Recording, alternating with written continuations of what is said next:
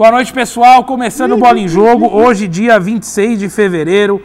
A gente vai se permitir, já que a gente está falando nesse assunto a semana inteira do ocorrido em Oruro, a gente não vai dar destaque inicial hoje, eu vou pedir o destaque inicial de cada um dá uma breve opinião, cada um tem 4 minutos, 3 minutos, falar o que acha.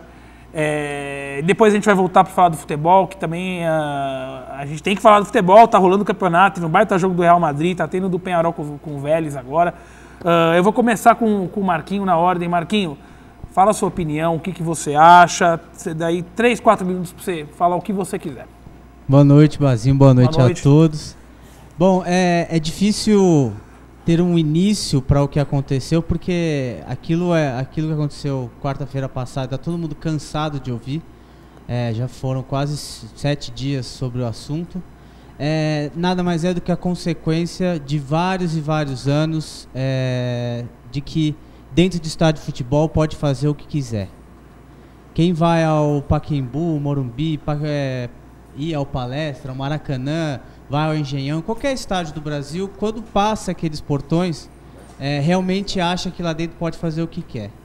E isso sempre foi agravado pelo que hoje chamam de torcida organizada, que quando foram criadas eram torcidas uniformizadas, nada mais eram que amigos que se reuniam, vestiam a mesma camisa, não a do clube, uma que eles tinham lá criado, e eles foram se organizando, se tornaram nesse monstro, financiados através de clubes, através de carnaval, e foram se acovardando e se escondendo atrás de um monte de gente que abraça a causa sem saber direito por quê. Muitos que frequentam essa torcida, onde no meio aconteceu o incidente, vão lá curtir porque acham que é uma extensão do Corinthians e nada mais é do que uma agremiação que torce pelo Corinthians. Eu acho que esse que é o ponto mais relevante da história. O moleque, eu acho que nas imagens, quando foram divulgadas na quinta-feira, percebeu-se que não era um daqueles 12 que estavam presos. Percebeu-se que era um negro alto de cabelo ralo. Os que estão presos lá eram, na maioria, baixos, gordos e não tinham nada a ver com o perfil daquela imagem que se mostrou no domingo um menor de idade, que de passagem é muito conveniente dentro do que hoje dizem que é o do Estatuto da Criança e do Adolescente, que mais os protegem do que realmente os educam. O que eu fico chateado é o seguinte: uma torcida e um time vão pagar pelos atos de uma minoria. Isso no mundo inteiro já foi mais do que demonstrado. Há exemplos aí na Inglaterra. O último que ontem foi citado a pagar desse jeito foi o Feyenoord na Holanda, um ato de um torcedor fora da Holanda. O Feyenoord ficou fora de vários campeonatos europeus e até hoje não se recuperou desse baque, porque realmente não só dói no bolso, mas também no ímpeto, no ânimo de um clube inteiro, de uma estrutura inteira. É muito triste, porque a consequência disso foi a morte, mas enquanto a gente não combater que quem vai ao estádio vai pela diversão, vai pelo conforto, vai pelo time, que esses são os principais, esses que devem ser levados a sério, enquanto a gente não combater os outros que se organizaram, não se uniformizaram, se organizaram e estão virando, infelizmente, quadrilhas dentro de tanta gente boa que vai ao estádio, de 30... A maioria. Não, dos 37, 38 mil que amanhã estariam no Pacaembu, isso aí não representa, eu acho que nem 1%. Talvez 1,5%. Tá falando do quê? Do lixo? Isso. O lixo, acho que uns 3%. Que tá fazendo o corintiano amanhã ter que ir até o Pacaembu, provavelmente debaixo de chuva, e ficar de fora torcendo pro time.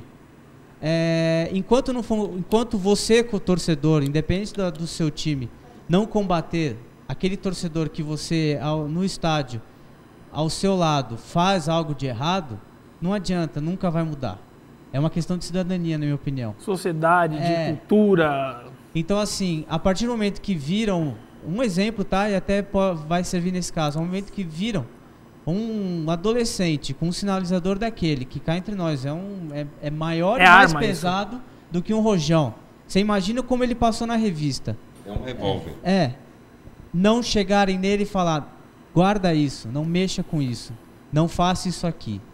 Então isso aconteceu lá na Bolívia, mas poderia ter acontecido no Pacaembu, na nova arena do Grêmio, qualquer lugar. Se fosse até um estádio de cobertura, que nem agora os novos da Copa, aquilo teria batido na cobertura e teria machucado muita gente queimada embaixo dele. Lá, talvez, é verdade.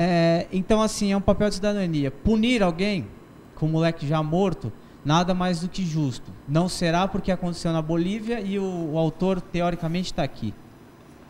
Quem vai pagar isso é o torcedor corintiano e o Corinthians que amanhã joga sem torcida. Repetindo isso. Eu acho que assim, é um papel de você, torcedora, ir ao estádio e preservar aquilo que é o bem maior quando você vai ao estádio, que é o time, que é o clube, que é a instituição.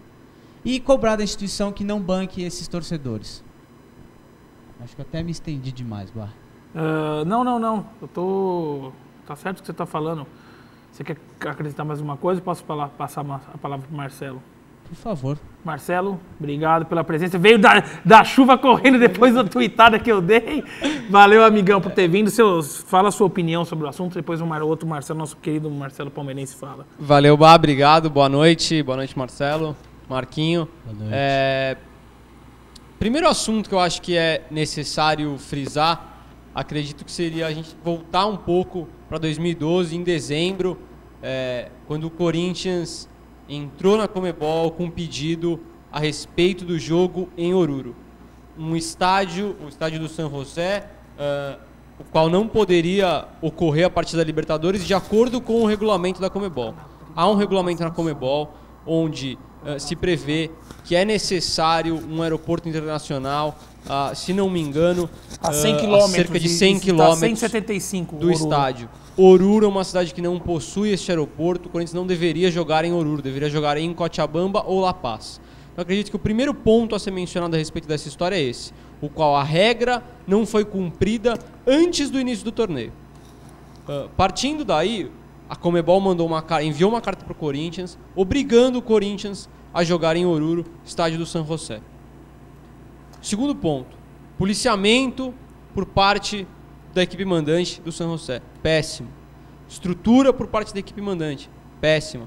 Acho que faltou policiamento, faltou fiscalização, faltou organização do San José em volta acerca do estádio e por parte da Conmebol acerca do evento em si. Só um PS antes de você continuar,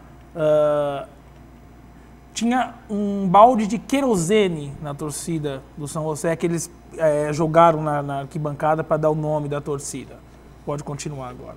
A partir daí, entrando no estádio, o que foi visto foi um enorme fogo por parte da torcida do San José, sinalizadores por parte da torcida do Corinthians. Vale frisar que não foram só sinalizadores, como o Bá colocou aqui fora do ar, aqueles famosos pisca-piscas que o pessoal costuma acender para ficar uma chaminha pequena. Na América Latina, normal, a tradição. Todos usam aqui na América Latina esse tipo de adereço, que eu acho que até chega a ser válido. Na Europa é usado hoje no jogo Real Madrid e Barcelona, Copa do Rei da Espanha, um dos campeonatos mais assistidos do mundo.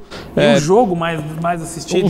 É o clássico mais importante do mundo, acredito eu. Real Madrid e Barcelona, pessoas utilizando esse adereço. Então que se diferencie esses dois tipos de adereço. Terceiro ponto, ocorreu a fatalidade. Alguém tem que pagar, o Marquinho colocou, fato. Senão não há como negar, tem que se apurar as causas e punir os responsáveis. Tendo a intenção ou não. Tendo a intenção ou não, aconteceu um fato, levou-se, o regulamento diz que é proibido acender sinalizadores dentro do estádio. Ponto. É isso que diz o regulamento, tal do artigo o regulamento de parágrafo 11, artigo 2, se não me engano, onde é proibido acender. No dia seguinte, jogo do Milionários, bandeirinha foi alvo de pilhadas por parte da torcida. No jogo do Deportivo Lara, o que se viu, milhares... sinalizadores semelhantes, né? Pisca-piscas e por aí vai. Fluminense e Grêmio no Engenhão. São Paulo e Atlético... lá na Arena Independência. Então, assim, foram diversos casos onde ocorreu-se, como eu posso dizer, uma infração ao regulamento da Conmebol, e isso não está sendo cumprido, ninguém está sendo punido. O único punido hoje é o Corinthians, que está passando por esse... Está tendo que enfrentar essa barra, ou essa imposição feita pela Conmebol. Hoje, o diretor de futebol do Corinthians, Roberto de Andrade, inclusive cobrou publicamente a Conmebol acerca dessas questões, dessas peculiaridades que acontecem sempre na Copa Libertadores, todos os anos. Sempre ocorreu, é chuva de pilha, é cachorro entrando no campo, é briga entre torcida, vestiário sem água. É vestiário sem água, é um festival de palhaçadas, no português claro, dentro da Copa Libertadores, e nunca se fez nada a respeito. Mas segundo isso, era o charme da competição. Exatamente. Agora, parece que isso mudou, morreu uma pessoa, então vamos começar a punir. O Corinthians não foi punido por infringir a regra, ele foi punido pela causa do acidente. A regra não diz a respeito da morte. A regra diz a respeito de acender sinalizadores. E isso é o maior problema. Se essa é a regra, que ela seja cumprida por todos. Marcelo, boa noite. Boa noite. Seu destaque você não. Fala a sua opinião sobre o assunto, depois vamos falar de futebol. Em boa parte, o que os dois falaram, eu concordo. Eu, para não ir na mesma linha que eles...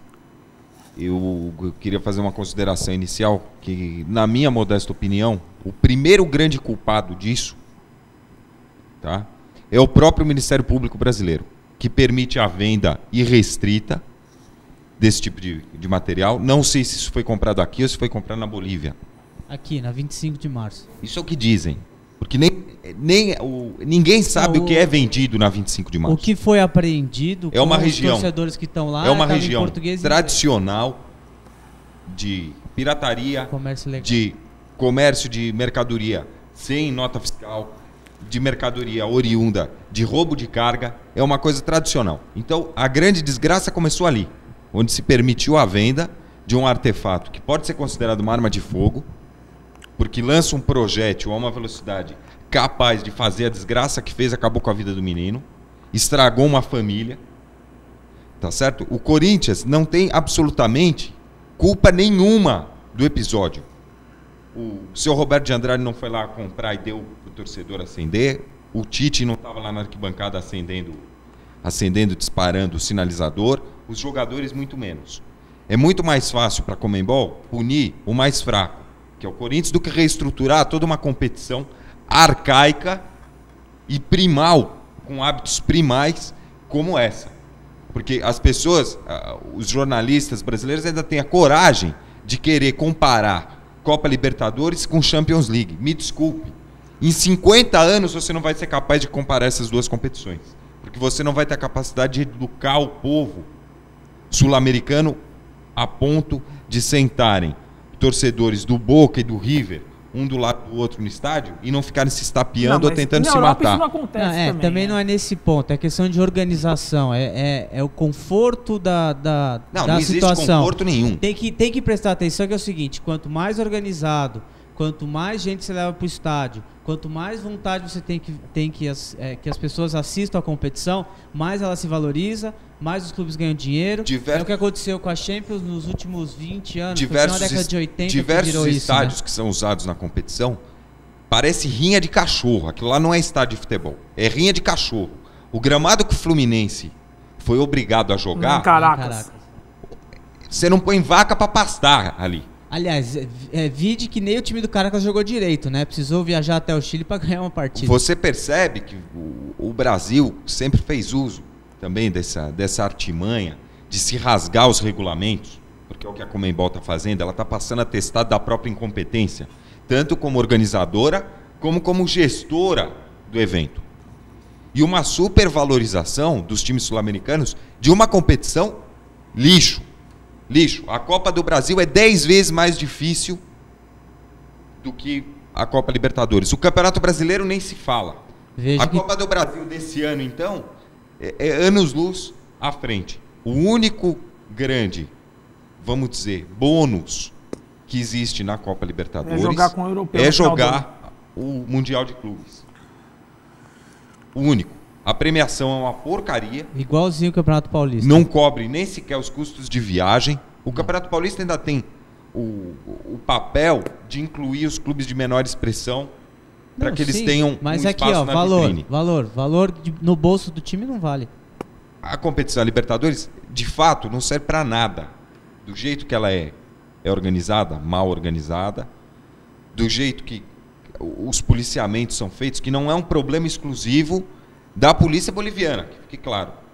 É da polícia argentina, é da polícia brasileira, chilena, colombiana. Serve para todos. Serve para todos.